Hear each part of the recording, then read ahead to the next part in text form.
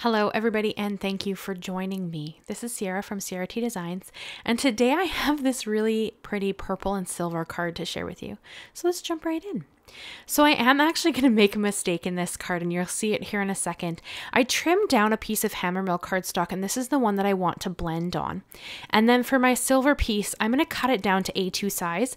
I should have cut it down smaller to start, but for some reason, I haven't used this heart mandala die in a long time. And I forgot that it didn't actually trim down the silver panel and I needed the silver one to be smaller than the HammerMill panel. So you're going to see me fix that a bit later, but be aware that I did kind of make a mistake there and then I have to fix it. So for the purple blending in the background, I chose 3 colors of Distress Oxide ink. I have milled lavender into shaded lilac and then into wilted violet. Now, this isn't the best color combo just because, as you can see, milled lavender is a very pinky purple and then shaded lilac is a very bluey purple. So you have kind of a warm purple and a cool purple. Generally, I would not try to make those work just because I would stick to a more cool color palette or a more warm color palette. However, I'm going to a wedding on Saturday and this is the card for the bride and groom. And her favorite color is purple. And these are the Oxide colors that kind of go together in the color wheel of the purples. And I really wanted to try to make the blend work. So you're going to see me work back and forth here a little bit, trying to get the colors to blend. Keep in mind that they're more vibrant here than they will be at the end. And I do think that in the end, they look really pretty together. It's just that I did have to work a bit to kind of get the colors to blend. I ponder if I should have changed my color palette, but by this point I really wanted to make it work. So I didn't do anything different. I just kept working the colors until I was happy with how the blend looked. And then that's kind of how that went. I do also add text on top of it, which you'll see. And I kind of obscure it a bit with some perfect pearls a little bit in as well. So I did kind of work with this a bit to kind of try to get it to make sense with the colors. And then I brought in, this is a Misti Sticky Mat. I believe you can still get these. I don't use it too often, honestly. I mostly just use it when I want to background stamp the whole thing. Although it is a really neat tool. I don't know why I don't use it more often. I think I honestly forget that I have it.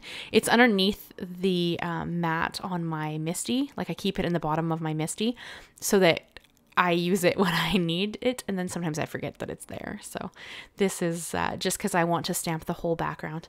And I brought in the Villainous Potion Oxide ink for this, and I have the, I think it's the UR background stamp from Simon. It's a very romantic one. It talks about why you like the stuff that you love about a partner.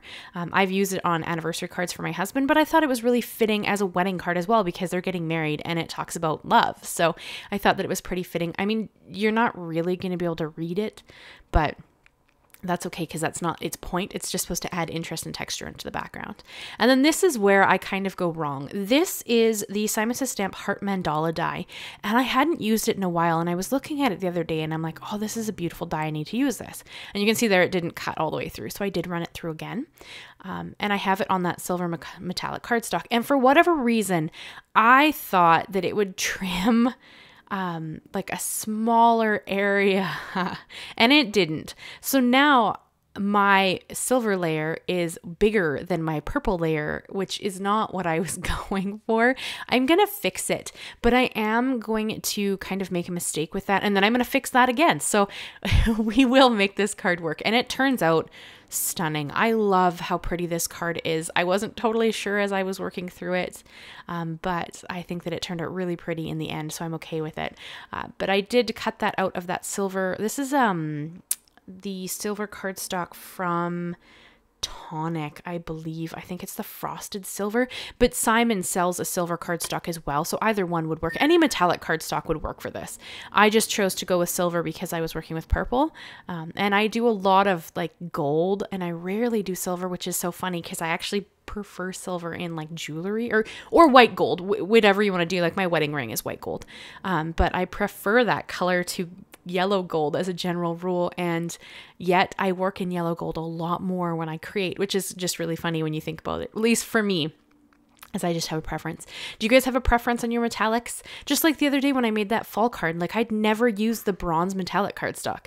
I don't know why. It was stunning. I use gold all the time, and yet, you know, like I rarely use the other ones. So I really have to ponder that because they're also beautiful, and it lets me play with a different color palette. So I need to figure out why I haven't done that before, but that is what I'm doing here. I'm working with that silver cardstock, and I am poking out all the little pieces, and I think this design is stunning. Now, again, had I been thinking, you should have put adhesive on the back of this before cutting it because it is quite delicate, and I did not do that either. So there are a few steps in this. You know what, honestly guys, I sat down without a real plan. I knew that it needed to be purple because I knew that was her favorite color, and I knew that I wanted to use that heart mandala die. But other than that, I really had no direction. And normally when I create, I do kind of have a general idea of what I'm trying to accomplish. So this is always interesting when I sit down and have no idea, because then it's kind of a play, and sometimes it turns out stunning and sometimes I'm a little less impressed, but you know, it's fun and it's always interesting. So here is where I kind of made a mistake.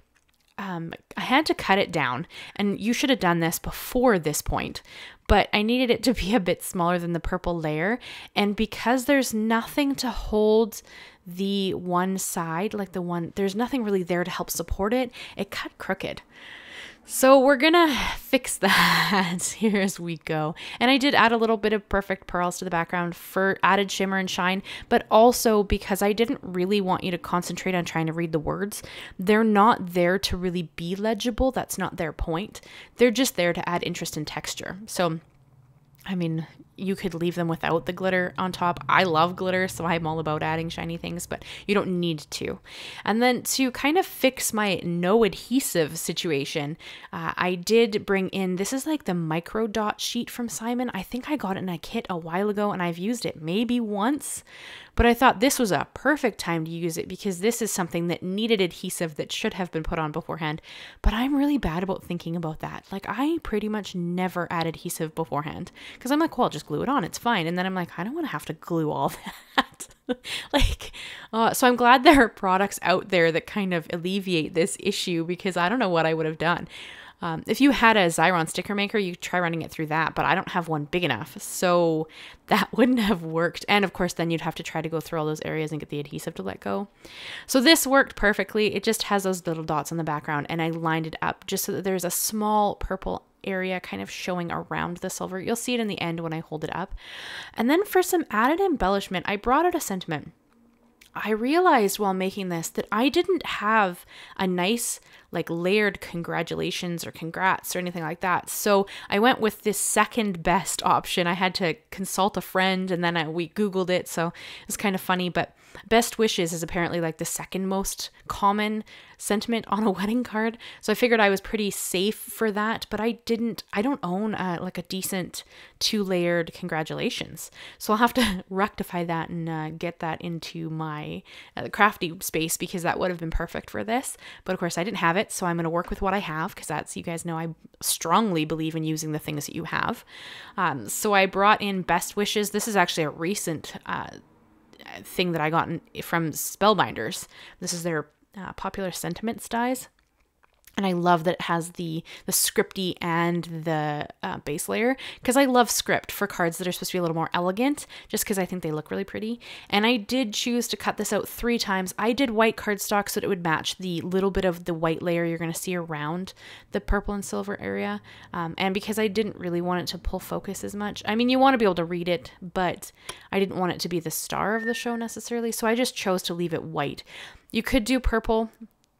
I did ponder doing silver, but in the end, I just chose to go white because I felt like it just kind of fit better.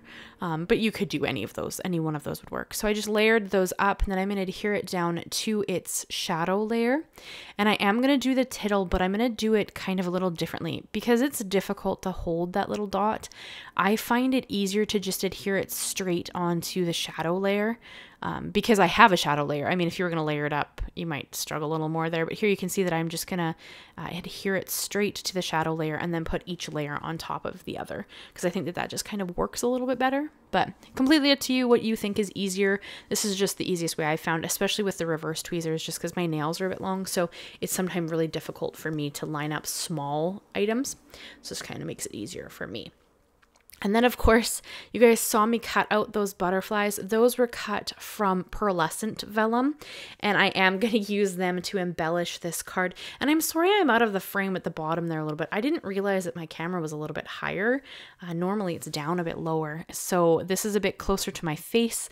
So I'm a little bit out of frame, but I promise all I'm doing is gluing things, so it's not super exciting anyways.